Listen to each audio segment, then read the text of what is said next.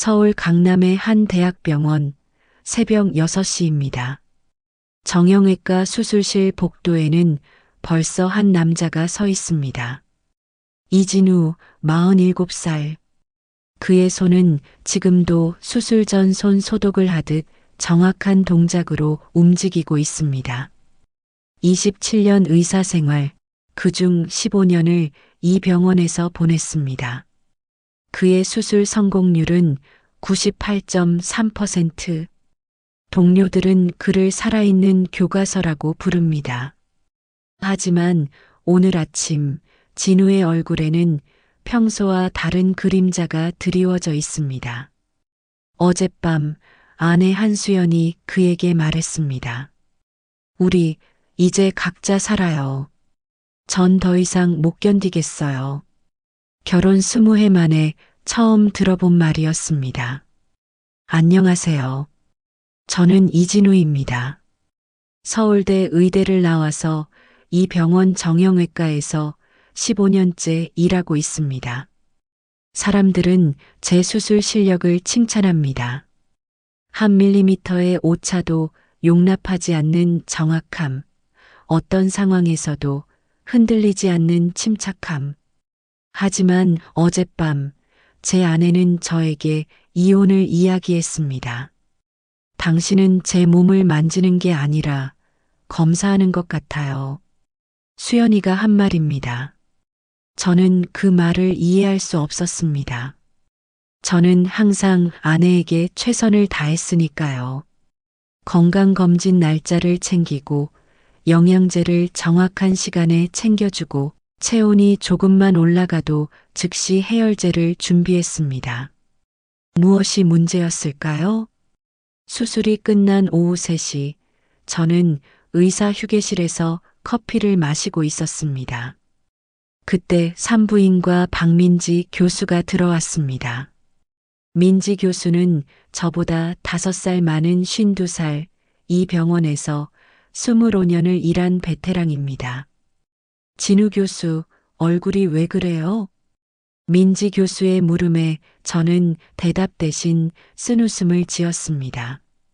그랬더니 민지 교수가 제 앞에 앉으며 말했습니다. 혹시 집에 문제 있어요? 저는 고개를 끄덕였습니다. 민지 교수는 한참을 저를 보더니 가방에서 명함 하나를 꺼냈습니다. 이번 토요일 오후 2시 여기 한번 가보세요. 제가 가끔 참여하는 프로그램인데 진우 교수한테 도움이 될 것 같아요. 명함에는 부부관계 회복 프로그램 마이너스 감각의 재발견이라고 적혀 있었습니다. 저는 당황했습니다. 민지 교수님, 저는 그런 거 필요 없습니다. 제가 뭘 모르겠습니까? 해부학도 알고 생리학도 압니다. 그러자 민지 교수가 빙그레 웃으며 말했습니다. 진우 교수, 부부관계는 해부학 시험이 아니에요. 가보세요. 손해볼 건 없잖아요. 그날 밤 집에 돌아가니 거실불이 꺼져 있었습니다. 수연이는 벌써 방에 들어가 있었습니다. 저는 소파에 앉아서 20해 전을 떠올렸습니다. 27살의 저는 레지던트 3년 차였습니다. 그때 처음 수연이를 만났습니다. 수연이는 25살 국립발레단 소속 발레리나였습니다. 병원 로비에서 공연 홍보 포스터를 붙이던 수연이의 모습이 아직도 눈에 선합니다. 백조처럼 우아한 목선, 구름처럼 부드러운 미소. 저는 그 자리에서 수연이에게 공연 티켓을 부탁했고 공연을 보러 갔고 공연이 끝난 후 무작정 분장실 앞에서 기다렸습니다. 수연이가 나왔을 때 저는 떨리는 목소리로 물었습니다. 저와 식사 한번 하시겠습니까? 수연이는 웃으며 고개를 끄덕였습니다. 우리는 교제 6개월 만에 결혼했습니다. 제가 레지던트를 마친 직후였습니다. 신혼여행은 제주도로 갔습니다. 저는 여행 계획을 완벽하게 세웠습니다. 식사 시간, 관광 코스, 심지어 사진 찍을 장소까지 분 단위로 정리했습니다. 신혼 첫날 밤, 호텔 방에서 수연이가 말했습니다. 오빠, 우리 계획 없이 그냥 느끼면서 지내요. 저는 그 말을 이해하지 못했습니다. 계획 없이 어떻게 효율적으로 여행을 할 수 있을까요? 하지만 저는 고개를 끄덕이며 수연이를 안았습니다. 그때 수연이의 몸이 미세하게 굳어지는 걸 느꼈습니다. 하지만 저는 그게 긴장 때문이라고 생각했습니다. 20해가 지난 지금 저는 그때 수연이가 왜 그런 말을 했는지 이해할 수 없습니다. 저는 항상 수연이에게 최선을 다했으니까요.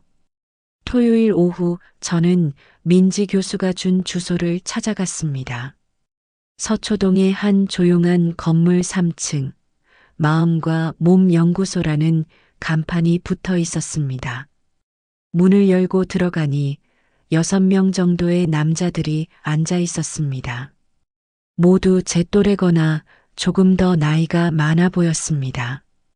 강사는 50대 후반으로 보이는 여성이었습니다. 이름은 정윤희, 가족상담 전문가이자 성심리치료사라고 소개했습니다. 안녕하세요, 여러분. 오늘 이 자리에 오신 것만으로도 여러분은 용기 있는 분들입니다. 윤희 선생님의 첫마디였습니다. 저는 솔직히 이 자리가 불편했습니다.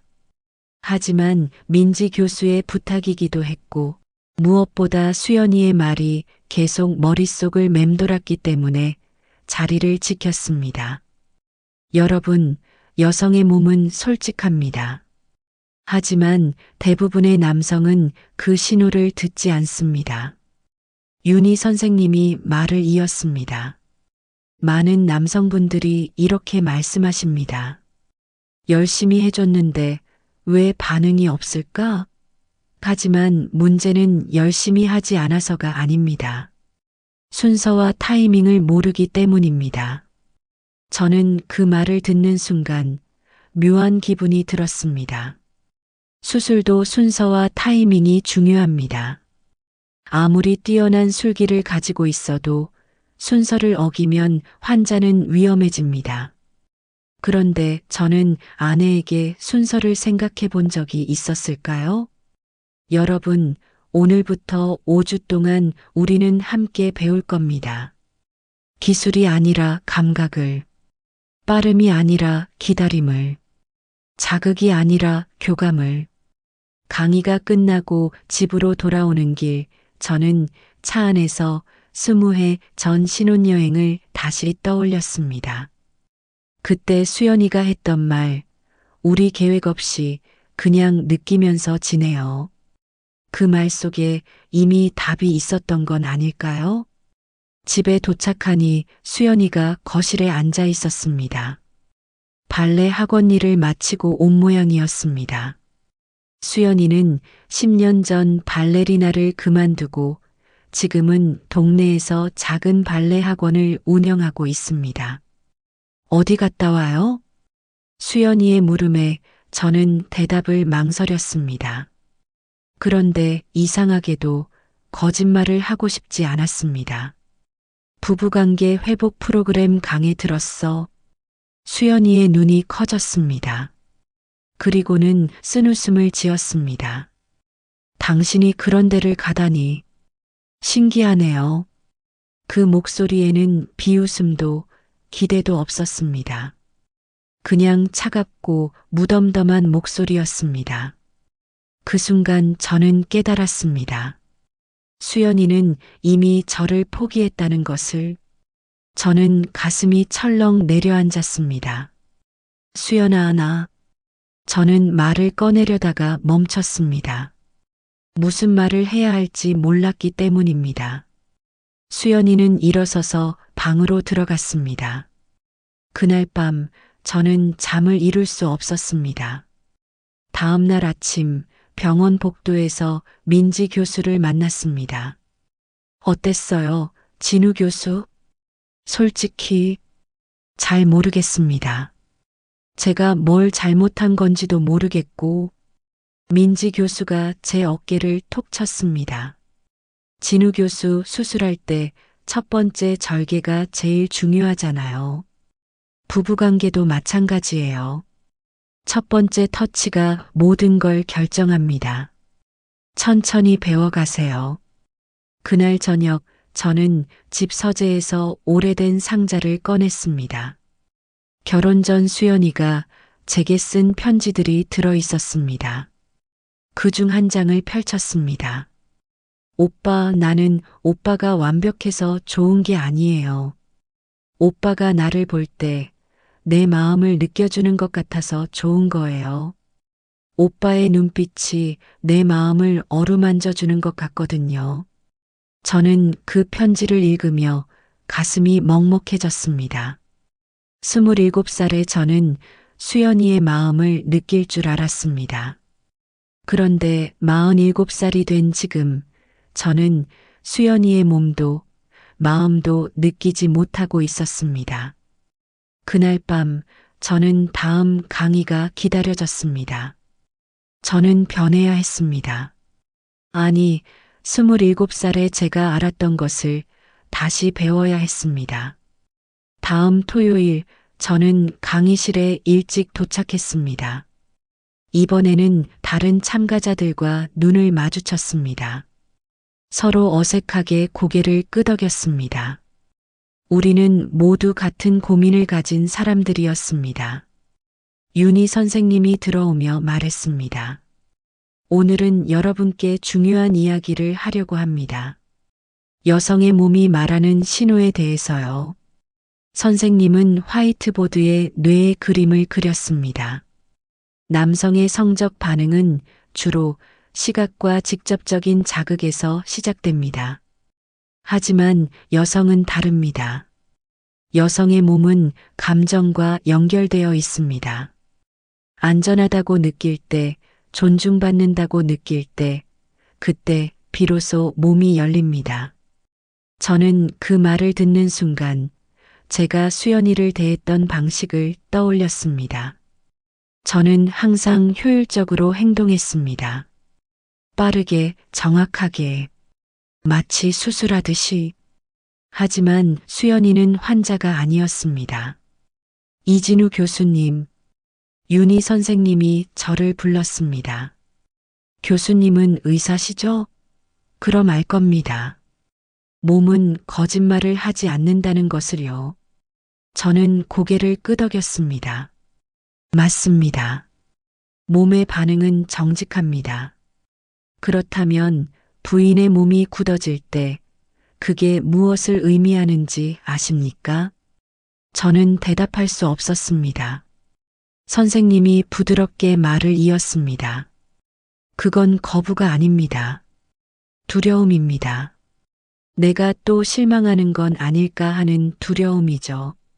그 순간 저는 수연이의 얼굴을 떠올렸습니다. 지난 몇 년간 수연이가 제 손길에 어떻게 반응했는지. 처음에는 미세하게 몸을 굳혔고, 그 다음에는 아예 피했고, 요즘에는 무반응이었습니다. 강의가 계속되었습니다. 많은 남성분들이 오럴 섹스를 단순한 자극행위로 생각합니다. 혀로 빠르게 움직이면 된다고 생각하죠.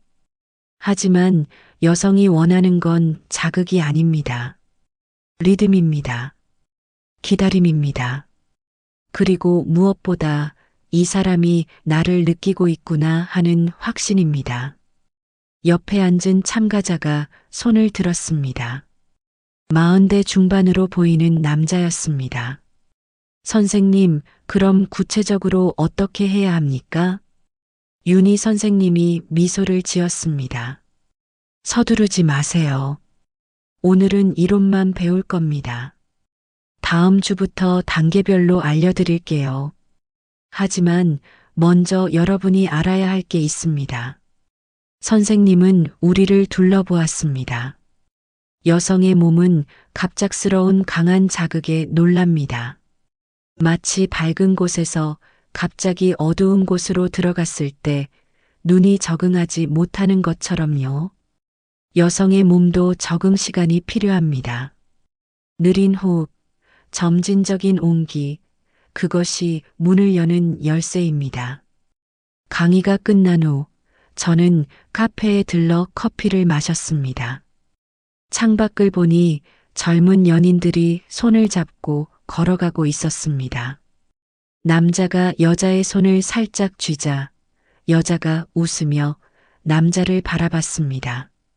그 단순한 손잡기에서도 서로를 느끼는 게 보였습니다. 저는 수연이와 언제 마지막으로 손을 잡았는지 기억이 나지 않았습니다. 아니, 손을 잡을 때도 저는 수연이를 느끼려 하지 않았습니다. 그냥 손을 잡는 행위 자체만 했을 뿐입니다. 집으로 돌아오는 길, 저는 편의점에 들렀습니다. 수연이가 좋아하는 딸기 케이크를 샀습니다. 문을 열고 들어가니 수연이가 거실에서 노트북으로 뭔가를 보고 있었습니다. 수연아, 이거. 저는 케이크를 내밀었습니다. 수연이가 저를 보더니 한숨을 쉬었습니다. 케이크 사온다고 달라지는 거 없어요. 그 말에 저는 할 말을 잃었습니다. 수연이가 노트북을 닫으며 말했습니다. 당신 그 강의 계속 들을 거예요? 응, 왜? 별로 기대 안 해요. 당신은 안 변할 테니까. 수연이의 목소리는 차가웠습니다. 하지만 저는 그 속에서 다른 감정을 느꼈습니다. 체념이었습니다. 수연이는 이미 저를 포기했지만 그럼에도 불구하고 제가 변하기를 바라는 마지막 희망을 버리지 못하고 있었습니다. 수연아, 나 변할 거야. 제 말에 수연이가 쓴웃음을 지었습니다. 20해 동안 못 변한 사람이 지금 변한다고요? 믿을 수 없어요. 저는 아무 말도 할 수 없었습니다. 수연이가 맞았으니까요. 저는 20해 동안 변하지 않았습니다. 아니, 변하려고 하지 않았습니다. 저는 제가 옳다고 믿었으니까요. 다음 날 일요일, 저는 병원에 나가지 않았습니다. 대신 집 서재에 앉아서 윤희 선생님이 준 자료를 읽었습니다. 여성의 성적 반응 주기에 대한 논문들이었습니다. 저는 의사지만 이런 논문을 제대로 읽어본 적이 없었습니다. 논문을 읽으면서 저는 충격을 받았습니다. 여성의 성적 흥분은 남성보다 훨씬 복잡했습니다. 단순히 신체적 자극만으로는 충분하지 않았습니다. 감정적 안정감, 심리적 친밀감, 그리고 무엇보다 존중받는다는 느낌이 필요했습니다. 저는 지난 10년간 수연이를 어떻게 대했는지 떠올렸습니다. 저는 수연이의 몸을 만질 때 수연이의 마음을 생각한 적이 있었을까요?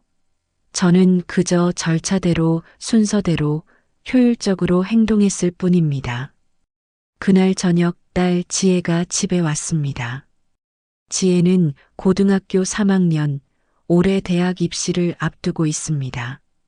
지혜는 엄마를 닮아 키가 크고 우아했습니다. 아빠, 오늘 일요일인데 서재에 왜 계세요? 지혜의 물음에 저는 웃으며 대답했습니다. 공부 좀 하고 있어. 아빠가 무슨 공부를 해요? 의사 재시험이라도 봐요? 저는 웃음이 나왔습니다. 지혜는 똑똑하고 재치 있었습니다. 아니야, 그냥. 아빠가 모르는 걸 배우고 있어. 지혜가 제 옆에 앉았습니다. 아빠, 엄마랑 요즘 안 좋죠? 저는 깜짝 놀랐습니다. 지혜가 알고 있었다니. 지혜야, 그건. 아빠, 저도 다 알아요. 엄마가 이혼 이야기한 거. 제가 17살이에요. 애기 아니에요. 지혜의 눈에 눈물이 맺혔습니다. 저는 가슴이 찢어지는 것 같았습니다. 지혜야, 아빠가 잘못했어. 아빠가 엄마를 제대로 사랑하지 못했어. 아빠 사랑하지 못한 게 아니라 표현하지 못한 거 아니에요? 저는 아빠가 엄마 사랑하는 거 알아요. 그런데 엄마는 느끼지 못하는 것 같아요. 지혜의 말에 저는 눈물이 날 것 같았습니다.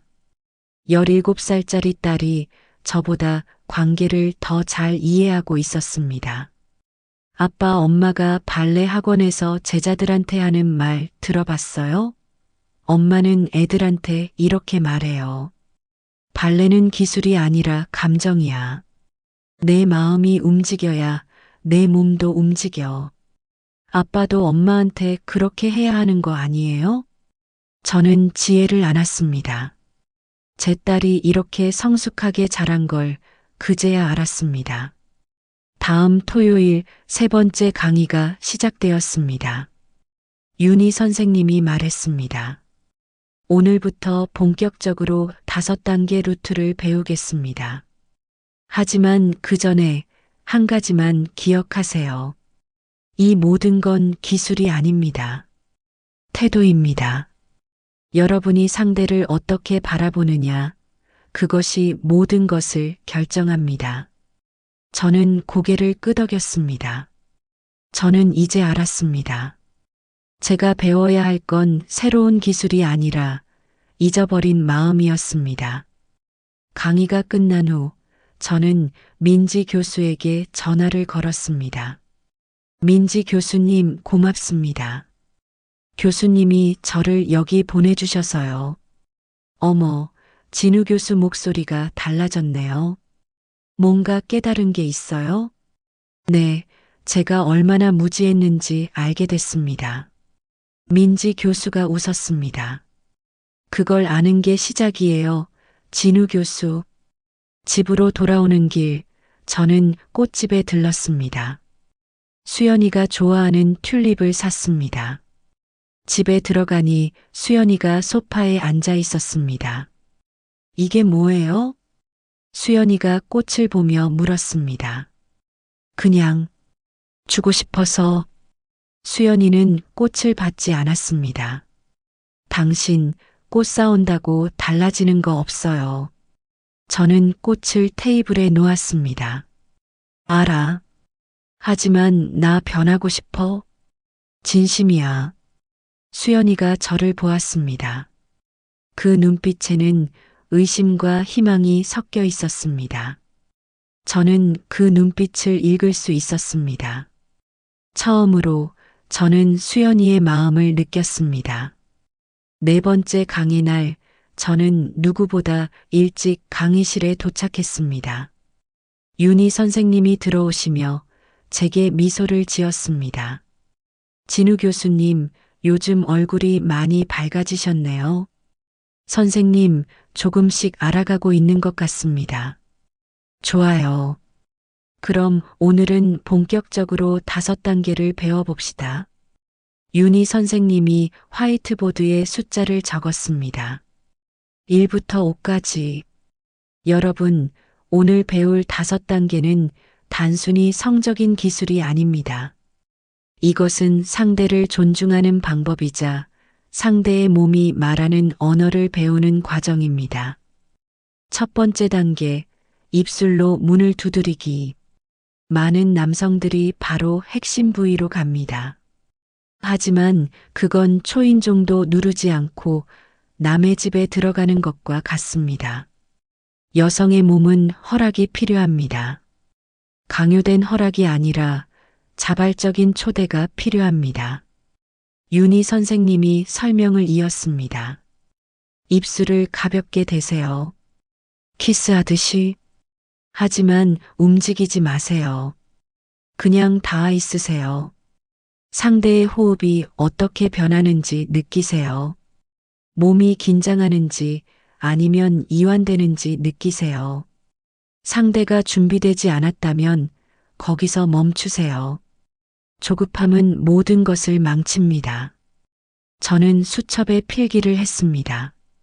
마치 레지던트 시절 수술 과정을 배우듯이.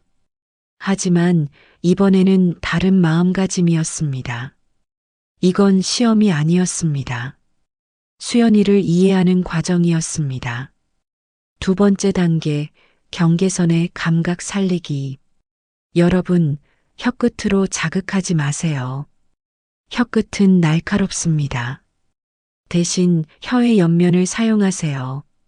천처럼 부드럽게, 안쪽이 아니라 바깥쪽 경계선을 따라 움직이세요. 마치 붓으로 그림을 그리듯이 천천히 리듬을 타며. 옆에 앉은 참가자가 물었습니다. 선생님, 얼마나 천천히 해야 합니까? 본인이 생각하는 것보다 3배는 더 천천히 하세요. 여러분이 느끼기에 답답할 정도로 천천히. 그게 적당한 속도입니다. 저는 고개를 끄덕였습니다. 저는 항상 빨랐습니다. 수술도 빠르게, 일도 빠르게, 모든 것을 효율적으로. 하지만 사랑은 효율의 대상이 아니었습니다. 세 번째 단계, 클리토리스 옆 곡선 자극. 많은 분들이 클리토리스를 직접 자극합니다. 하지만 그건 너무 강합니다. 클리토리스는 무척 민감한 기관입니다. 여러분, 눈을 감고 있을 때 누군가 갑자기 강한 빛을 비추면 어떻습니까? 아프죠? 클리토리스도 마찬가지입니다. 윤희 선생님이 그림을 그렸습니다.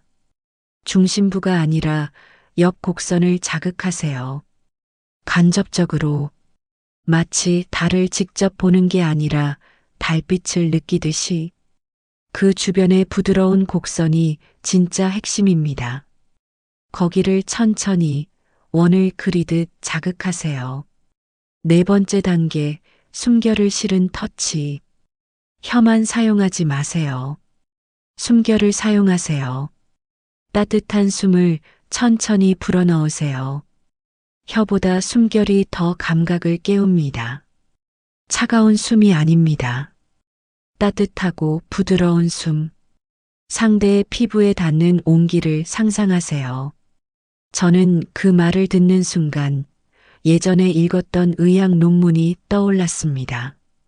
피부의 온도 수용체는 압력 수용체보다 더 민감하다는 내용이었습니다. 제가 알고 있던 지식이 새로운 의미로 다가왔습니다. 다섯 번째 단계, 멈춤의 미학. 이것이 가장 중요합니다. 자극을 멈추세요. 정점에 가까워졌다고 느낄 때 멈추세요. 완전히. 그리고 기다리세요. 상대의 몸이 간절해질 때까지. 그 긴장과 기대가 폭발로 이어집니다. 한 참가자가 의아한 표호로 물었습니다. 그럼 상대가 실망하는 거 아닙니까? 윤희 선생님이 고개를 저었습니다. 아닙니다. 오히려 반대입니다. 계속되는 자극은 둔감하게 만듭니다. 하지만 멈춤은 감각을 예민하게 만듭니다. 마치 음악에서 쉼표가 중요한 것처럼 사랑에서도 멈춤이 중요합니다. 저는 그 순간 깨달았습니다. 제가 수연이에게 했던 모든 것이 쉼표 없는 악보 같았다는 것을. 저는 계속 무언가를 했습니다. 하지만 멈추고 기다리지 않았습니다. 수연이가 원하는 것을 물어보지 않았습니다. 강의가 끝난 후 저는 카페에서 복습을 했습니다. 5단계를 다시 적어보고 각 단계의 의미를 곱씹었습니다. 그때 누군가 제 옆 테이블에 앉았습니다. 고개를 들어보니 윤희 선생님이었습니다. 진우 교수님, 열심히 공부하시네요. 선생님, 이게 제게는 가장 어려운 공부입니다. 윤희 선생님이 커피를 한 모금 마시며 물었습니다. 부인과의 관계는 어떠세요? 솔직히 아직 시도도 못했습니다. 용기가 나지 않아서요. 당연합니다. 20해 동안 쌓인 벽을 하루아침에 무너뜨릴 수는 없죠. 하지만 진우 교수님, 중요한 건 기술이 아니라는 걸 기억하세요. 부인이 느껴야 하는 건 쾌감이 아니라 존중입니다. 저는 고개를 끄덕였습니다. 그리고 조심스럽게 물었습니다. 선생님, 혹시 제 아내도 이 강의를 들은 적 있습니까? 윤희 선생님이 잠시 망설이더니 대답했습니다. 프라이버시 때문에 말씀드리기 어렵지만 진우 교수님이라면 알 자격이 있으신 것 같네요. 네, 부인께서 6개월 전에 이 프로그램에 참여하셨습니다. 저는 충격을 받았습니다. 수연이가요? 6개월 전에요? 네. 부인께서는 모든 강의를 들으셨습니다. 그리고 교수님께 어떻게 신호를 보내야 하는지도 배우셨죠. 하지만 저는 그 신호를 알아채지 못했군요. 윤희 선생님이 조용히 고개를 끄덕였습니다. 부인께서 마지막 수업 때 우셨습니다. 제가 배운 건 소용없어요. 남편은 제 신호를 보지 않으니까요라고 하시더군요. 저는 가슴이 무너지는 것 같았습니다. 수연이는 노력했습니다. 변하려고 했습니다. 하지만 저는 그걸 몰랐습니다. 아니, 보지 않았습니다. 선생님, 저 어떻게 해야 합니까? 어떻게 수연이한테 사과해야 합니까? 사과는 말로 하는 게 아닙니다. 진우 교수님, 행동으로 보여주세요. 그리고 조급해하지 마세요. 부인이 다시 마음을 여는 데는 시간이 필요합니다. 집으로 돌아오는 길, 저는 6개월 전을 떠올렸습니다. 그때 수연이가 무언가 달라졌었습니다. 어느 날 저녁 수연이가 제 손을 잡았습니다. 아주 조심스럽게. 하지만 저는 그때 피곤하다며 손을 뿌리쳤습니다. 수연이의 얼굴에 스친 실망을 저는 보지 못했습니다. 또 다른 날 수연이가 제게 안마를 해주겠다고 했습니다. 하지만 저는 괜찮다고 했습니다. 저는 몰랐습니다. 그게 수연이가 보낸 신호였다는 것을, 수연이가 저와 다시 연결되고 싶어 했다는 것을. 집에 도착하니 거실에 불이 꺼져 있었습니다. 수연이 방에서 불빛이 새어나왔습니다. 저는 문을 두드렸습니다. 수연아, 나야. 대답이 없었습니다. 저는 조심스럽게 문을 열었습니다. 수연이가 침대에 앉아 노트북을 보고 있었습니다. 가까이 가서 보니 발레 학원 수업 영상을 편집하고 있었습니다. 수연아, 너 6개월 전에 부부관계 프로그램 들었었지? 수연이의 손이 멈췄습니다. 천천히 저를 돌아보았습니다. 어떻게 알았어요? 오늘 강사님한테 들었어. 미안해, 수연아. 내가 보낸 신호를 못 봐서. 수연이가 쓴웃음을 지었습니다. 이제 와서 미안하다고 하면 뭐해요? 전 이미 포기했어요. 아니야, 수연아. 아직 늦지 않았어. 제발 나한테 기회를 줘. 수연이가 고개를 저었습니다. 당신이 변할 거라고 믿을 수가 없어요. 20해 동안 저는 기다렸어요. 당신이 저를 진짜로 봐주기를, 저를 느껴주기를. 하지만 당신은 한 번도 그러지 않았어요. 저는 무릎을 꿇고 수연이 앞에 앉았습니다. 수연아, 나 지금 배우고 있어. 늦었지만 배우고 있어. 제발 나한테 다시 한번 기회를 줘. 수연이의 눈에 눈물이 맺혔습니다. 전 지쳤어요. 더 이상 실망하고 싶지 않아요. 저는 수연이의 손을 잡았습니다. 이번에는 다르게, 천천히, 수연이의 손바닥의 온기를 느끼며, 수연이의 손가락이 미세하게 떨리는 것을 느끼며, 수연아, 나 진심이야. 나 변할게. 아니, 변하고 있어. 지금 이 순간도. 수연이가 손을 빼지 않았습니다. 저는 그것만으로도 희망을 느꼈습니다. 다음 날 일요일, 저는 지혜와 함께 커피숍에 갔습니다. 지혜가 물었습니다. 아빠, 엄마랑 어제 얘기했어요? 응, 했어. 어땠어요? 솔직히 잘 모르겠어. 하지만 엄마가 내 손을 안 뿌리쳤어. 그것만으로도 다행이야. 지혜가 제 손을 잡았습니다. 아빠, 저 입시 에세이 쓰고 있는데요. 주제가 내가 배운 가장 중요한 교훈이에요. 저 아빠 이야기 써도 돼요?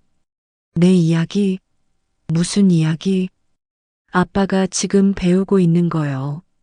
사랑은 완벽함이 아니라 노력이라는 것. 그리고 늦어도 변할 수 있다는 것.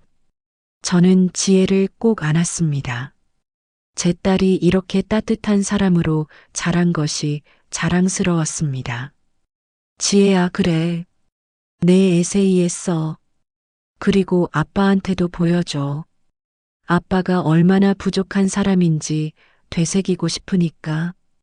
그날 밤 저는 침대에 누워 천장을 바라봤습니다. 수연이는 옆방에서 자고 있었습니다. 저는 다음 주 강의가 기다려졌습니다. 그리고 언젠가 수연이가 다시 제게 마음을 열어줄 날을 꿈꿨습니다. 여러분, 이 이야기가 도움이 되셨다면 구독과 좋아요 부탁드립니다. 그리고 댓글로 여러분의 경험도 나눠주세요. 우리 모두 배워가는 중이니까요. 여러분, 이 이야기가 도움이 되셨다면 구독과 좋아요 부탁드립니다. 그리고 댓글로 여러분의 경험도 나눠주세요. 우리 모두 배워가는 중이니까요. 다음 주 월요일 병원에서 이상한 일이 벌어졌습니다. 제가 회진을 돌고 있을 때 간호사 한 명이 달려왔습니다. 교수님, 응급실에서 교수님을 찾습니다. 응급실로 내려가니 수연이의 발레 학원 학부모 중 한 명인 최선미 씨가 발목을 다쳐서 와 있었습니다. 선미 씨는 36살, 재벌 3세로 소문난 분이었습니다. 수연이 학원에 다니는 딸이 하나 있었습니다. 어머, 교수님. 이런 곳에서 뵙네요. 선미 씨가 반갑게 인사했습니다. 저는 엑스레이를 확인하며 말했습니다. 인대 손상이 있습니다. 일주일 정도 깁스를 하셔야 할 것 같습니다. 교수님, 제가 다음 주에 중요한 모임이 있는데 그때까지 나을 수 있을까요? 무리하시면 안 됩니다. 제대로 치료받으셔야 합니다. 깁스를 하고 난 후 선미 씨가 제게 명함을 건넸습니다. 교수님, 혹시 시간 되시면 저희 갤러리 오프닝에 오세요. 다음 주 토요일입니다. 저는 명함을 받으며 정중하게 대답했습니다. 고맙습니다만 제가 주말에 일정이 있어서요. 그럼 다음에 꼭 오세요. 제가 교수님께 개인적으로 작품 설명해 드릴게요. 선미 씨의 말투에는 묘한 뉘앙스가 있었습니다. 하지만 저는 별 생각 없이 진료실로 돌아왔습니다. 그날 저녁 집에 돌아오니 수연이가 심각한 표정으로 앉아 있었습니다. 오늘 병원에서 선미 엄마 만났어요? 응, 발목 다쳐서 왔더라. 깁스해줬어. 수연이의 얼굴이 굳었습니다. 그 사람이 당신한테 갤러리 초대했죠? 어떻게 알았어? 선미 엄마가 학원에 와서 자랑하고 갔어요. 교수님이 자기한테 친절하게 대해줬다고, 개인적으로 작품 설명도 해주겠다고 약속했다고. 저는 당황했습니다. 수연아, 그건 오해야. 나는 그냥 환자한테 하는 평범한 말을. 당신은 몰라요. 선미 엄마가 어떤 사람인지. 작년에도 학원에 딸 데리러 온 아빠한테 작업 걸어서 그 집안 난리 났었어요. 수연아, 나는 선미 씨한테 아무 관심 없어. 진심이야. 수연이가 일어서며 말했습니다. 관심이 없다고요? 그 사람은 당신한테 관심 있어요. 그리고 당신은 그런 것도 모를 만큼 둔감해요. 수연이가 방으로 들어가 버렸습니다. 저는 어이가 없었습니다. 저는 정말 아무 생각 없이 환자를 대했을 뿐인데 이런 오해를 받다니. 다음 날 저는 민지 교수를 찾아갔습니다. 민지 교수님, 조언 좀 구하고 싶습니다. 상황을 설명하자 민지 교수가 한숨을 쉬었습니다. 진우 교수, 부인 입장에서는 당연히 불안하죠. 지금 두 분 사이가 안 좋잖아요. 게다가 선미 씨 같은 사람이 접근하면 그럼 어떻게 해야 합니까? 명확하게 선을 그으세요. 선미 씨한테 연락해서 갤러리 초대는 정중하게 거절하고 앞으로도 환자와 의사관계 이상은 불가능하다고 말씀하세요. 저는 고개를 끄덕이고 진료실로 돌아왔습니다. 선미 씨에게 전화를 걸었습니다. 선미 씨, 저 이진우입니다.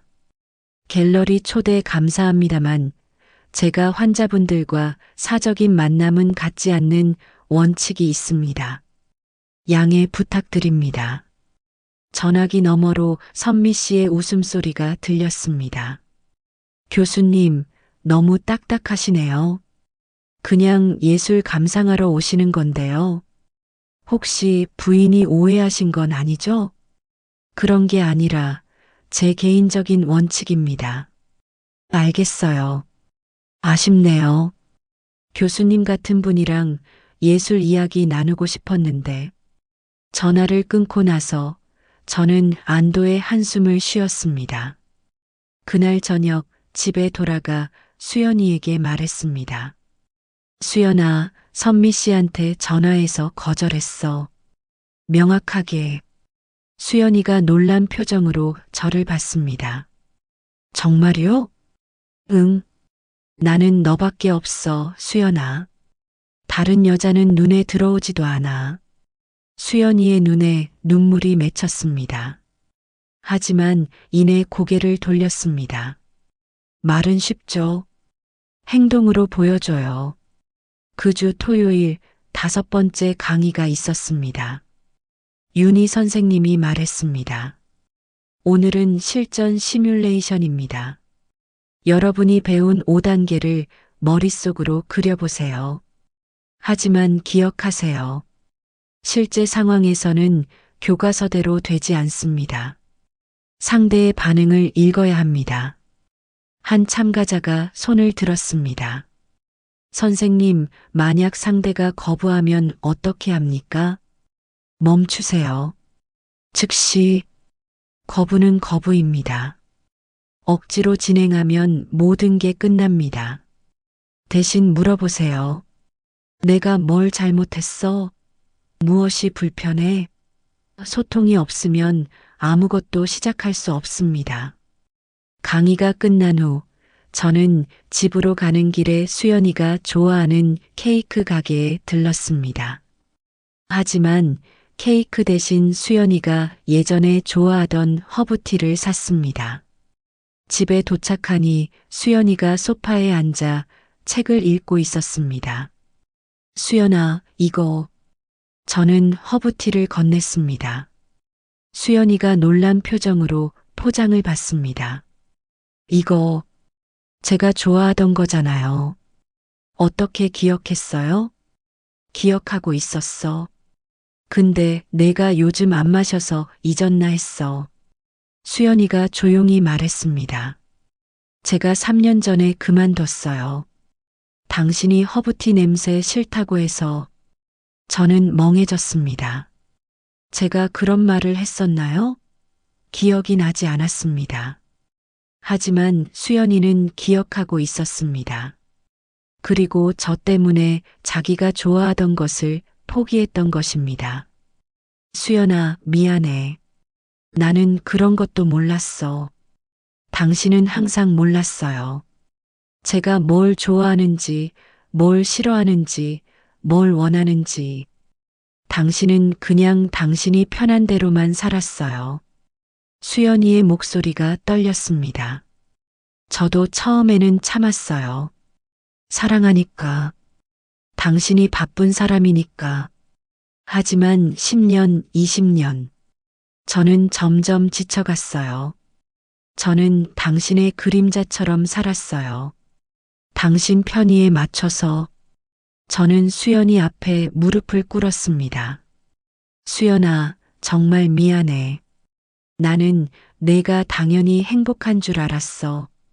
내가 아무 말 안 하니까. 제가 말 안 했나요? 저 수없이 말했어요.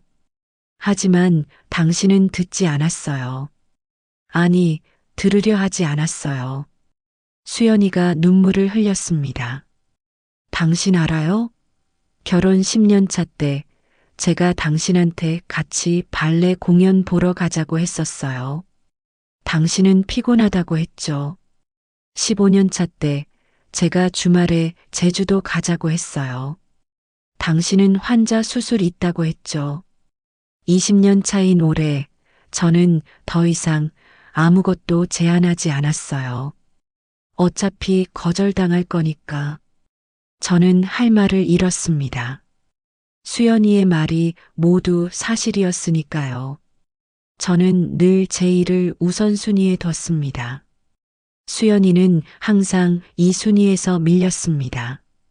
그날 밤 저는 지혜 방에 갔습니다. 지혜가 책상에서 무언가를 쓰고 있었습니다. 지혜야, 에세이 쓰고 있어? 네, 아빠. 거의 다 썼어요. 아빠한테 보여줄 수 있어? 지혜가 망설이더니 노트북을 돌려 보여줬습니다. 저는 천천히 읽기 시작했습니다. 내가 배운 가장 중요한 교훈은 사랑은 노력이라는 것이다. 나는 17년 동안 부모님을 보며 자랐다. 아버지는 완벽한 의사다. 하지만 완벽한 남편은 아니었다. 어머니는 우아한 발레리나였다. 하지만 행복한 아내는 아니었다. 저는 숨이 막혔습니다. 지혜는 모든 것을 보고 있었습니다. 어렸을 때 나는 부모님이 서로 사랑한다고 믿었다. 아버지가 어머니를 안을 때 어머니가 웃었으니까. 하지만 나이가 들수록 알게 됐다. 어머니의 웃음은 진짜가 아니었다. 어머니는 견디고 있었던 것이다. 눈물이 흘렀습니다. 제가 울고 있다는 걸 깨달았습니다. 중학교 2학년 때였다. 어머니가 혼자 울고 있는 걸 봤다. 나는 어머니를 안아줬다. 어머니가 말했다. 지혜야, 너는 엄마처럼 살지 마. 너를 진짜로 보는 사람과 살아. 그날 나는 알았다. 부모님의 결혼이 행복하지 않다는 것을. 저는 노트북에서 눈을 뗄 수 없었습니다. 하지만 최근에 나는 변화를 봤다. 아버지가 변하고 있다. 늦었지만 배우고 있다. 어머니를 어떻게 사랑해야 하는지를. 나는 아직 결과를 모른다. 부모님이 다시 행복해질 수 있을지. 하지만 나는 한 가지를 배웠다. 사랑은 타고나는 재능이 아니라 평생 배워가는 과정이라는 것을. 저는 지혜를 안았습니다. 제 딸 앞에서 소리내어 울었습니다. 지혜야, 미안해. 아빠가 너한테도 좋은 모습 못 보여줘서. 지혜가 제 등을 토닥였습니다. 아빠, 괜찮아요. 아빠가 지금 노력하고 있잖아요. 그게 중요한 거예요. 다음 날 일요일, 저는 용기를 냈습니다. 수연이에게 다가갔습니다. 수연아, 우리 산책할까? 수연이가 놀란 표정으로 저를 봤습니다. 산책요? 응, 그냥 걷고 싶어. 너랑. 우리는 집 근처 공원으로 갔습니다. 10월의 가을 공기가 상쾌했습니다. 걸으면서 저는 수연이의 손을 잡았습니다. 수연이가 움찔했지만 손을 뺏지 않았습니다. 수연아, 지혜 에세이 읽었어. 저도 읽었어요. 우리 딸한테 미안해. 너한테는 더 미안하고. 수연이가 멈춰 섰습니다. 당신 정말 변할 거예요? 변하고 싶어. 아니, 변할 거야. 수연아, 나 지금 진심으로 무서워. 너를 잃을까봐. 수연이의 눈에 눈물이 고였습니다. 저도 무서워요. 당신을 다시 믿었다가 또 실망할까봐. 저는 수연이를 안았습니다. 이번에는 다르게, 천천히, 수연이의 호흡을 느끼며, 수연이의 심장 박동을 느끼며, 수연이가 제 품에서 조금씩 긴장을 풀어가는 것을 느꼈습니다. 수연아, 나 시간 걸려도 괜찮아. 천천히 가자. 내가 배울게. 너를 어떻게 사랑해야 하는지. 우리는 한참을 그렇게 서 있었습니다. 말없이 그저 서로를 느끼며 집으로 돌아오는 길 수연이가 조용히 말했습니다. 당신 강의 다 들으면 저한테 보여줘요. 당신이 뭘 배웠는지. 저는 고개를 끄덕였습니다. 그것은 수연이가 준 기회였습니다. 마지막 기회일지도 모르는. 그날 밤 저는 서재에서 윤희 선생님이 준 자료를 다시 읽었습니다. 5단계를 복습했습니다. 하지만 이번에는 기술이 아니라 의미를 새겼습니다. 각 단계가 왜 중요한지, 수연이에게 무엇을 전달해야 하는지.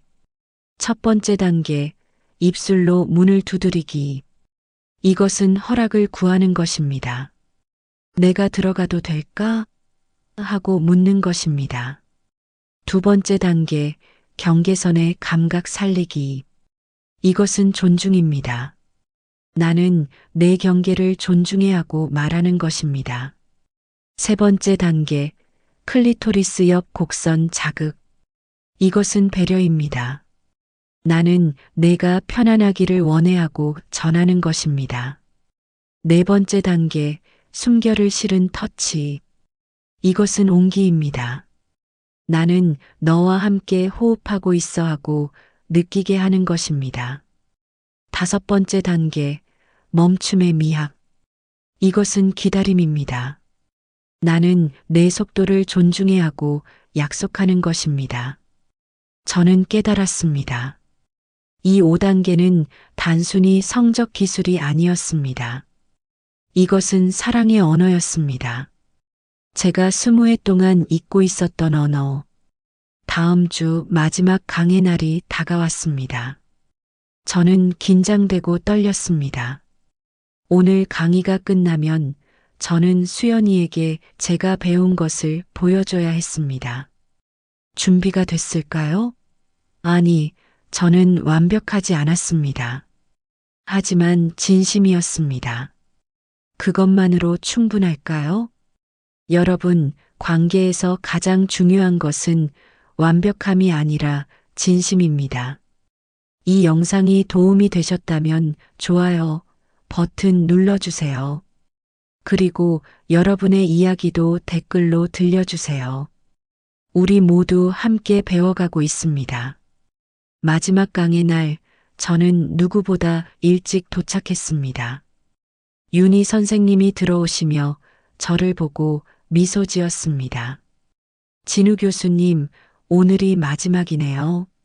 소감이 어떠세요? 선생님, 저는 27년 동안 의사로 살았습니다.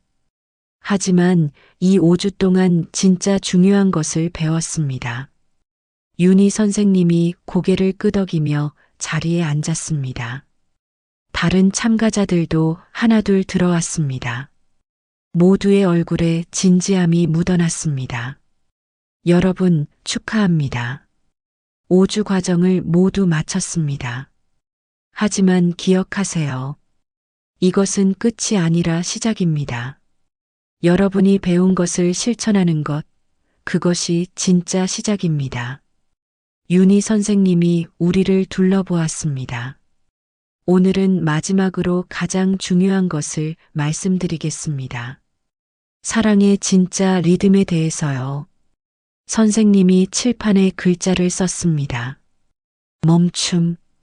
여러분, 진정한 사랑의 리듬은 빠르지 않습니다. 강하지 않습니다. 오히려 멈춤과 숨결 사이의 간격에서 완성됩니다. 한 참가자가 물었습니다. 선생님, 그 말이 무슨 뜻입니까? 음악을 생각해 보세요. 아름다운 음악은 음표만으로 만들어지지 않습니다. 쉼표가 있어야 합니다. 사랑도 마찬가지입니다. 계속되는 자극은 둔감함을 만듭니다. 하지만 멈춤은 간절함을 만듭니다. 윤희 선생님이 설명을 이었습니다. 여성이 반응하는 이유는 단순히 쾌감 때문이 아닙니다. 지금 이 사람이 나를 존중하고 있구나 하는 감정을 몸으로 느끼기 때문입니다. 여러분이 멈출 때 상대는 알게 됩니다. 이 사람은 나를 서두르지 않는구나. 내 속도를 존중하는구나 라고요. 저는 그 말을 들으며 고개를 끄덕였습니다. 제가 수연이에게 했던 모든 것이 서두름이었습니다. 저는 항상 목적지만 생각했습니다. 과정은 생각하지 않았습니다. 그리고 한 가지 더 중요한 것이 있습니다. 윤희 선생님의 목소리가 부드러워졌습니다. 나이가 들어도 사랑은 사라지지 않습니다. 단지 감각의 리듬을 잃었을 뿐입니다. 여러분, 성관계만이 친밀함이 아닙니다. 손을 잡고 숨결을 나누는 것, 그것만으로도 관계는 회복될 수 있습니다. 저는 가슴이 뛰었습니다. 지난주 공원에서 수연이와 나눴던 포옹이 떠올랐습니다. 그 순간 저는 느꼈습니다. 수연이의 심장 박동을, 호흡을, 온기를. 그것만으로도 저는 수연이와 연결되어 있었습니다. 마지막으로 오래된 관계일수록 더 따뜻하게 안아야 합니다. 익숙함은 무관심이 되기 쉽습니다. 하지만 의식적으로 노력하면 익숙함은 편안함이 됩니다. 강의가 끝나고 윤희 선생님이 저를 불렀습니다. 진우 교수님, 잠깐 이야기할 수 있을까요? 우리는 조용한 상담실로 갔습니다. 윤희 선생님이 차를 한 잔 따라주며 말했습니다. 교수님, 부인께 다가갈 준비가 되셨나요? 솔직히 자신은 없습니다. 하지만 더 이상 미룰 수 없을 것 같습니다. 좋습니다. 그럼 제가 마지막 조언을 드리죠. 성급하게 5단계를 실천하려 하지 마세요. 먼저 부인과 대화하세요. 교수님이 뭘 배웠는지, 왜 변하고 싶은지, 진심을 전하세요. 만약 수연이가 거부하면요? 그럼 기다리세요. 20회 동안 쌓인 벽을 하루에 무너뜨릴 수는 없습니다. 하지만 매일 조금씩 벽돌을 빼내면 언젠가는 무너집니다. 저는 고개를 끄덕였습니다. 윤희 선생님이 제 손을 잡았습니다. 진우 교수님, 교수님은 이미 변했습니다. 제가 첫 시간에 봤던 교수님과 지금 교수님은 다릅니다. 그 변화를 부인께 보여주세요. 집으로 돌아오는 길, 저는 꽃집에 들렀습니다. 하지만 이번에는 튤립이 아니라 수연이가 신혼 때 좋아했던 프리지아를 샀습니다. 20회 만에 기억해낸 꽃이었습니다. 집에 도착하니 수연이와 지혜가 거실에 앉아 있었습니다. 지혜가 저를 보고 일어났습니다. 아빠, 저 친구 만나러 갈게요. 엄마랑 천천히 얘기하세요. 지혜는 제게 윙크를 하고 나갔습니다. 똑똑한 딸이었습니다. 수연아, 이거. 저는 프리지아를 건넸습니다. 수연이의 눈이 커졌습니다. 이거 프리지아잖아요. 어떻게? 신혼 때 내가 좋아했잖아. 우리 신혼집 베란다에 프리지아 화분 놓고 싶다고 했던 거 기억나? 수연이의 눈에 눈물이 고였습니다. 당신이 그걸 기억하고 있었어요? 미안해, 수연아. 기억은 하고 있었는데 실천하지 않았어. 나는 너무 많은 것을 잊고 살았어. 저는 수연이 옆에 앉았습니다. 수연아, 강의 다 들었어. 5주 동안 나는 많은 것을 배웠어. 기술도 배웠지만 더 중요한 걸 배웠어. 뭘 배웠는데요? 사랑은 효율이 아니라는 것, 완벽함이 아니라는 것, 사랑은 느림이고 기다림이고 존중이라는 것. 수연이가 조용히 들었습니다.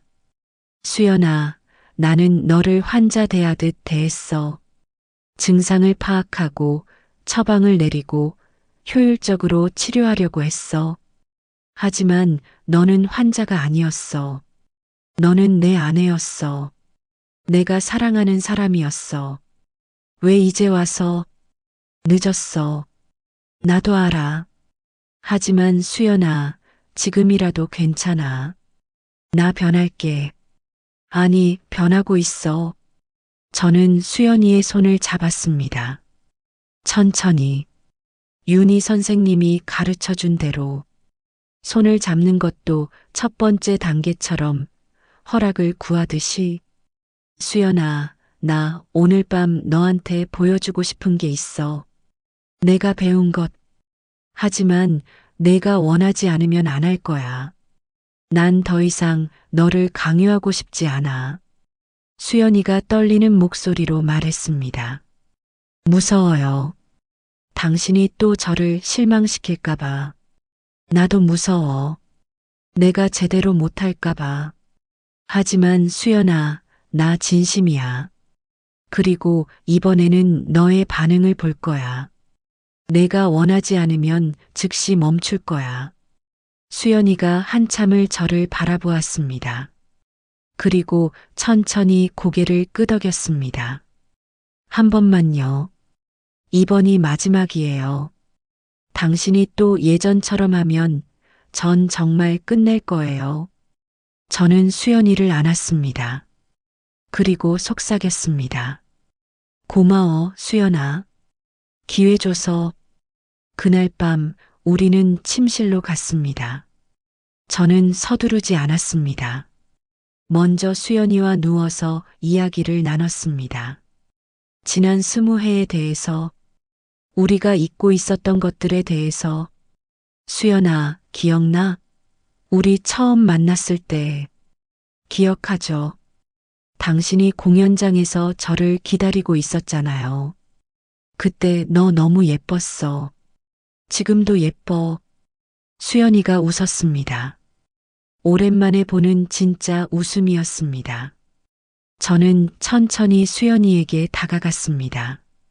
첫 번째 단계, 입술로 문을 두드리기. 저는 수연이의 입술에 제 입술을 살짝 댔습니다. 움직이지 않았습니다. 그냥 닿아 있었습니다. 수연이의 호흡을 느꼈습니다. 처음에는 불규칙했던 호흡이 점점 깊어졌습니다. 저는 수연이의 몸을 천천히 어루만졌습니다. 서두르지 않았습니다. 수연이의 반응을 살폈습니다. 수연이의 몸이 조금씩 이완되는 것을 느꼈습니다.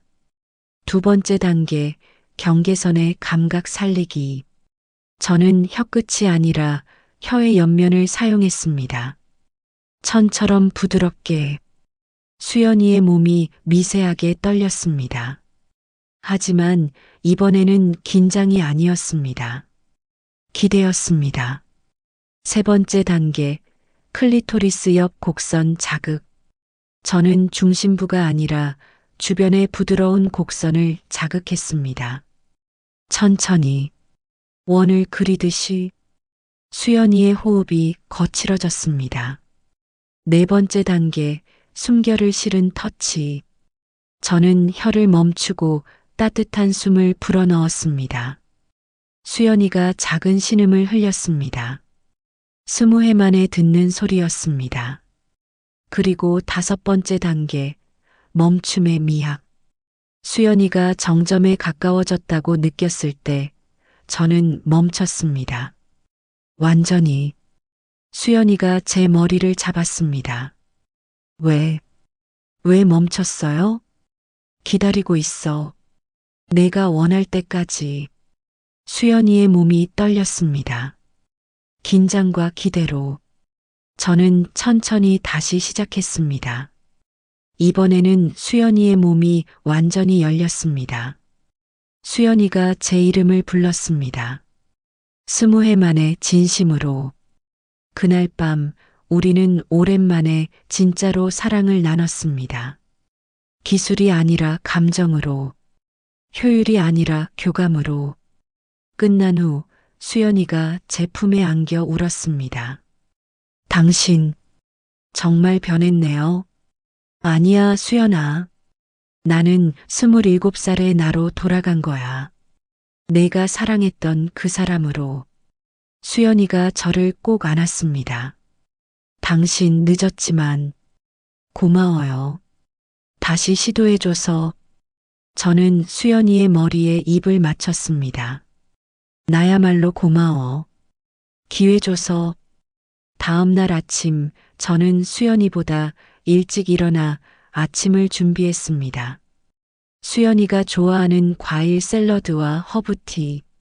수연이가 부엌으로 왔을 때 놀란 표정을 지었습니다. 당신이 아침을? 응, 앞으로 매주 일요일은 내가 아침 만들게. 지혜도 나왔습니다. 우리 세 가족이 식탁에 둘러앉았습니다. 오랜만에 보는 평화로운 아침이었습니다. 아빠, 엄마, 저 에세이 제출했어요. 교수님이 정말 좋은 글이라고 하셨어요. 지혜야, 고마워.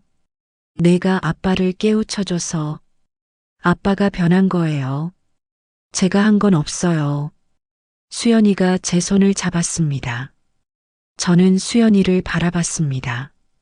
수연이의 눈에는 다시 빛이 돌아와 있었습니다. 그날 오후 저는 민지 교수에게 전화를 걸었습니다. 민지 교수님, 정말 감사합니다. 교수님이 저를 그 프로그램에 보내주지 않았다면 저는 수연이를 잃었을 겁니다. 진우 교수, 제가 한 건 문을 보여준 것뿐이에요. 문을 연 건 교수님이에요. 전화를 끊고 저는 창밖을 바라봤습니다. 병원 정원에 젊은 부부가 손을 잡고 걸어가고 있었습니다. 저도 저렇게 수연이와 다시 시작할 수 있을 거라는 희망이 생겼습니다. 그날 저녁 저는 수연이의 발레 학원에 갔습니다. 수연이가 아이들을 가르치는 모습을 봤습니다. 우아하고 아름다웠습니다. 수업이 끝난 후 저는 수연이에게 다가갔습니다. 수연아, 우리 주말에 제주도 갈까? 20년 만에 다시. 수연이가 놀란 표정으로 저를 봤습니다. 정말요? 응, 이번에는 계획 없이 내가 원하는 대로. 수연이가 웃으며 고개를 끄덕였습니다. 좋아요. 계획 없이. 느끼면서. 그 순간 저는 깨달았습니다. 20년 전 신혼여행 때 수연이가 했던 말, 우리 계획 없이 그냥 느끼면서 지내요. 그 말의 의미를. 수연이는 제게 완벽한 계획을 원한 게 아니었습니다. 함께 느끼고 함께 호흡하기를 원했던 것입니다. 며칠 후 우리는 제주도로 갔습니다. 이번에는 정말 계획 없이 수연이가 가고 싶은 곳으로 갔습니다. 해변을 걸으며 손을 잡았습니다. 카페에 앉아 아무 말 없이 바다를 바라봤습니다. 어느 날 저녁 우리는 호텔방에 앉아 있었습니다. 수연이가 말했습니다. 당신 알아요? 제가 6개월 전에 그 강에 들었을 때 매주 집에 와서 혼자 연습했어요. 연습? 네. 당신한테 어떻게 신호를 보내야 하는지, 어떻게 제 마음을 표현해야 하는지. 근데 당신은 알아채지 못했죠. 저는 수연이의 손을 꼭 잡았습니다. 미안해, 수연아. 나는 너무 둔감했어. 이제는 알아요. 당신이 둔감한 게 아니라 보려고 하지 않았던 거라는 걸. 당신은 너무 바쁘게 살았어요. 환자들 보고 수술하고 논문 쓰고 정작 옆에 있는 저는 보지 않았죠. 맞아. 나는 중요한 걸 놓치고 살았어. 가장 가까운 사람을 소홀히 했어. 수연이가 제 어깨에 머리를 기댔습니다. 당신, 이제 알겠어요? 제가 원했던 게 뭔지. 뭔데? 거창한 게 아니었어요.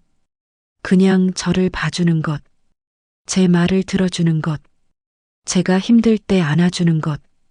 그게 전부였어요. 저는 가슴이 찢어지는 것 같았습니다. 수연이가 원했던 것은 이렇게 단순했는데 저는 그것조차 해주지 못했습니다. 수연아, 앞으로는 달라질 거야. 매일 너를 볼게. 내 말을 들을게. 내가 힘들 때 안아줄게. 수연이가 고개를 들어 저를 바라봤습니다. 약속해요? 약속해. 우리는 그날 밤 다시 사랑을 나눴습니다. 이번에는 더 천천히, 더 깊이 서로의 호흡을 느끼며 멈춤과 기다림 속에서 우리는 20년 만에 진짜로 하나가 되었습니다.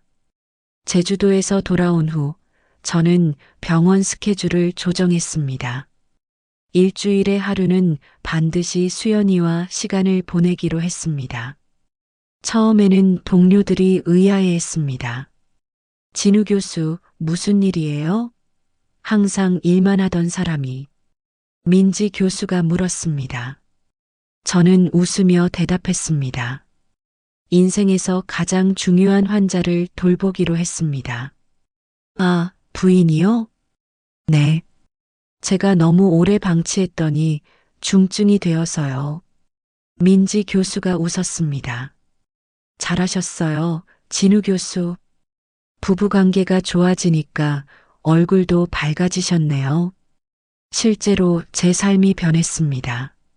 매주 목요일 저녁에는 수연이와 데이트를 했습니다. 영화를 보거나 산책을 하거나 그냥 집에서 함께 요리를 했습니다.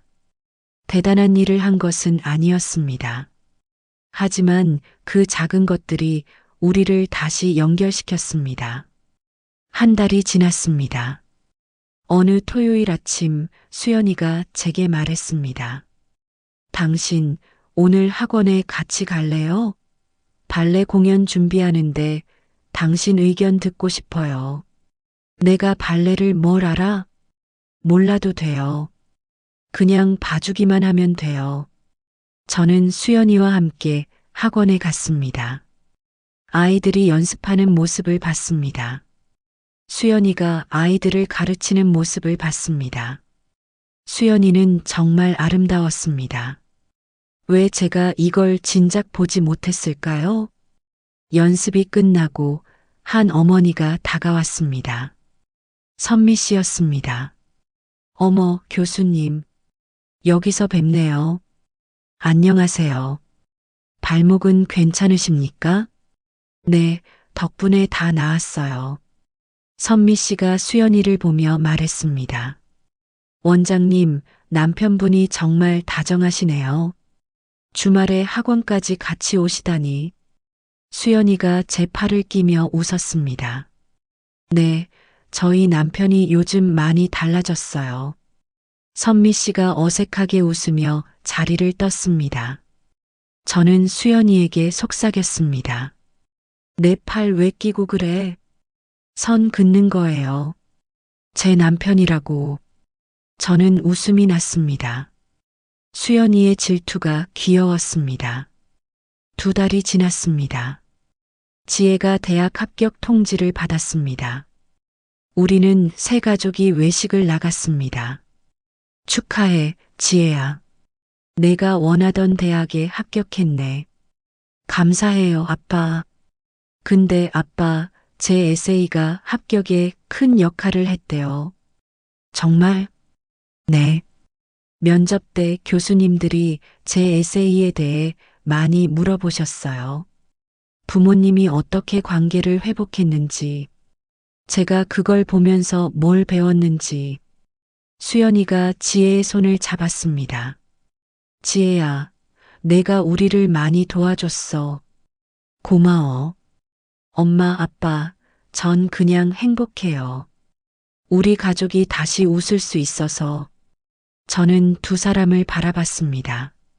제 인생에서 가장 소중한 사람들, 제가 거의 잃을 뻔했던 사람들. 3달이 지났습니다. 어느 날 저녁 수연이가 제게 말했습니다. 당신, 저 다음 달에 발레 공연해요. 정말? 내가? 네. 학원 개원 10주년 기념으로 제자들이랑 함께요.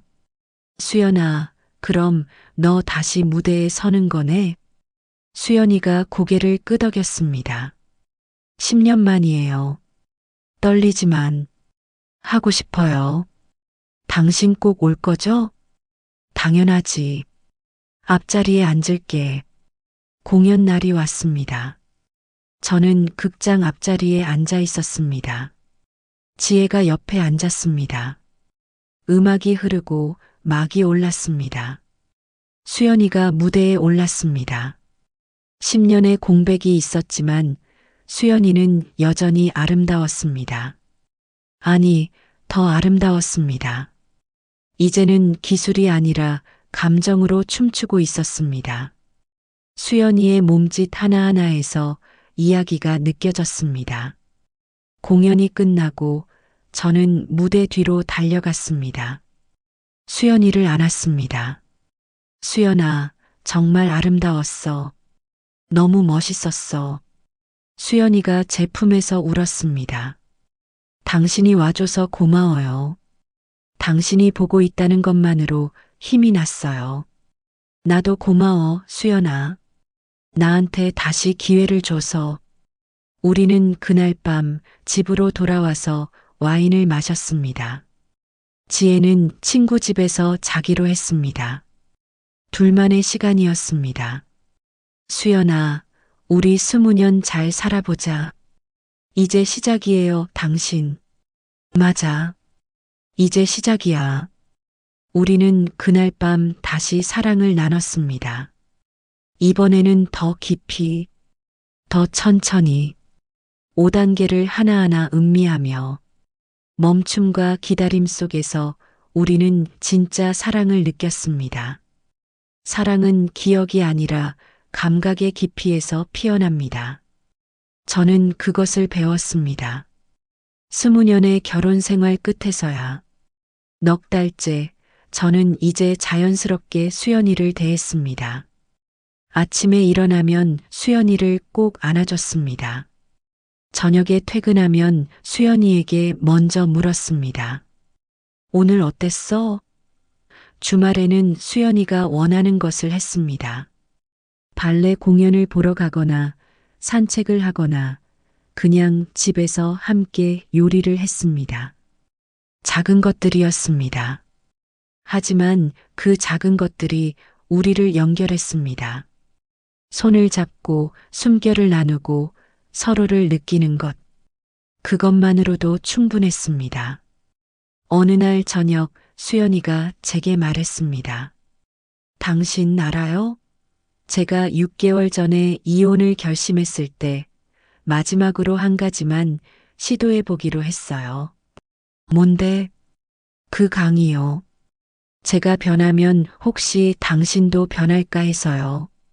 근데 당신은 변하지 않았죠. 그래서 포기했어요. 미안해, 수연아. 아니에요. 이제는 괜찮아요. 당신이 지금 변했으니까. 수연이가 제 손을 꼭 잡았습니다. 당신, 제가 제일 행복했던 순간이 언제인지 알아요? 언제? 당신이 저를 처음 안았을 때, 27년 전, 그때 당신은 저를 정말 느꼈어요. 제 심장 박동을, 호흡을, 떨림을. 전 그게 너무 좋았어요. 저는 수연이를 안았습니다. 나도 기억나. 그때 내가 얼마나 떨렸는지, 내가 얼마나 따뜻했는지. 당신, 이제 다시 그때처럼 저를 느끼고 있어요. 그게 제일 행복해요. 우리는 한참을 그렇게 안고 있었습니다. 말없이 그저 서로의 존재를 느끼며 5달째 저는 윤희 선생님을 다시 찾아갔습니다. 선생님, 인사드리러 왔습니다. 어머, 진우 교수님, 어떻게 지내세요? 정말 좋습니다. 수연이와 관계가 완전히 회복됐습니다. 윤희 선생님이 환하게 웃었습니다. 축하합니다. 부인께서도 행복해 하시겠네요. 선생님 덕분입니다. 선생님이 제게 진짜 사랑을 가르쳐 주셨습니다. 아니에요, 교수님. 교수님이 배우려고 했기 때문입니다. 아무리 좋은 가르침이 있어도 배우려는 마음이 없으면 소용없어요. 저는 윤희 선생님께 깊이 인사했습니다. 선생님, 혹시 같은 고민을 하는 동료가 있으면 이 프로그램을 추천해도 될까요? 물론이죠. 더 많은 분들이 진짜 사랑을 배웠으면 좋겠어요. 병원으로 돌아오는 길, 저는 하늘을 올려다봤습니다. 맑은 가을 하늘이었습니다. 저는 행복했습니다.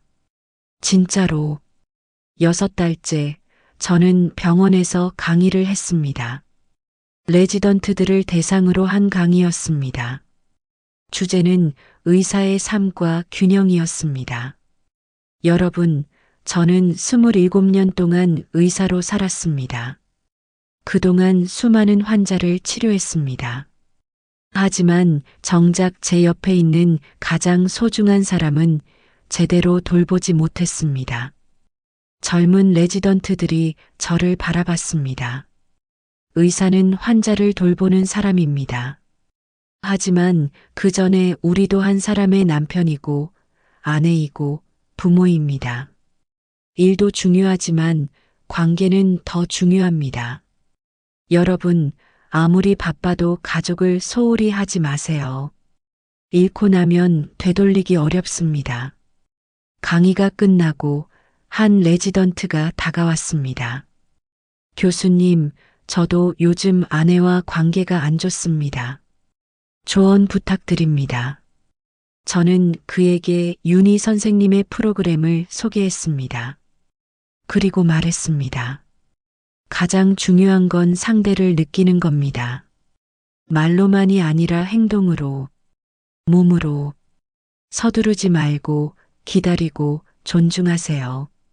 1년이 지났습니다. 저와 수연이는 결혼 21주년을 맞았습니다.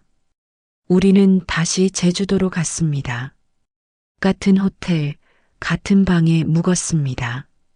수연아, 1년 전 생각나? 기억하죠?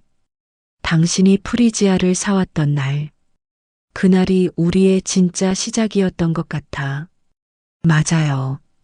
그날부터 당신이 정말 변하기 시작했으니까. 우리는 해변을 걸었습니다. 손을 잡고 아무 말 없이 그저 서로의 숨결을 느끼며 수연아, 고마워. 뭐가요?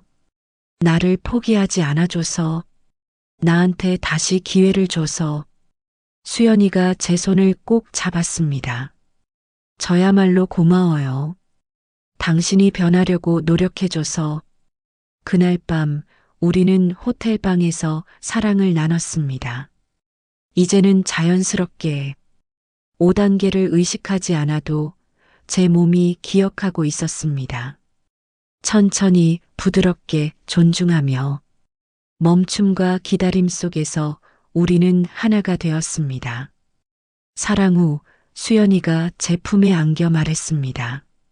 당신 알아요? 이제는 당신 손길만으로도 느껴져요. 당신이 저를 사랑한다는 게 나도 느껴져. 내가 나를 용서했다는 게, 내가 나를 다시 사랑한다는 게. 우리는 한참을 그렇게 누워 있었습니다. 서로의 심장 박동을 느끼며, 서로의 호흡을 느끼며. 여러분, 이 이야기를 들으시며 무엇을 느끼셨나요? 사랑은 한순간에 이루어지지 않습니다. 매일매일의 작은 노력이 쌓여서 만들어집니다. 손을 잡는 것, 안아주는 것, 상대의 말을 듣는 것. 이런 작은 것들이 사랑입니다. 그리고 성적인 친밀함도 마찬가지입니다. 기술이 아니라 태도입니다. 서두르지 않고 상대를 존중하고 상대의 반응을 느끼는 것. 그것이 진짜 사랑입니다. 나이가 들어도 사랑은 사라지지 않습니다. 단지 감각의 리듬을 잃었을 뿐입니다. 다시 찾으면 됩니다. 천천히 함께. 오래된 관계일수록 더 따뜻하게 안아야 합니다. 익숙하다고 소홀히 하지 마세요. 익숙함은 편안함이 될 수도 있고 무관심이 될 수도 있습니다. 선택은 여러분의 몫입니다. 이진우는 47살에 진짜 사랑을 배웠습니다. 늦었지만 늦지 않았습니다. 여러분도 지금 시작하세요. 오늘 집에 가서 상대를 안아주세요. 천천히, 따뜻하게. 그것만으로도 변화는 시작됩니다. 사랑은 기억이 아니라 감각의 깊이에서 피어납니다. 여러분도 그 감각을 느껴보세요. 손을 잡고 숨결을 나누고 서로를 느끼세요. 그것이 진짜 사랑입니다. 마지막으로 이 이야기가 여러분께 도움이 되었다면 구독 버튼을 눌러주세요. 좋아요도 부탁드립니다. 그리고 댓글로 여러분의 이야기를 들려주세요. 여러분은 어떻게 사랑하고 계신가요? 어떤 어려움을 겪고 계신가요? 함께 나누고 배워갑시다. 우리 모두 더 나은 사람이 되기 위해 노력하고 있습니다. 완벽하지 않아도 괜찮습니다. 노력하는 것만으로도 충분합니다. 오늘도 사랑하며 사세요. 감사합니다.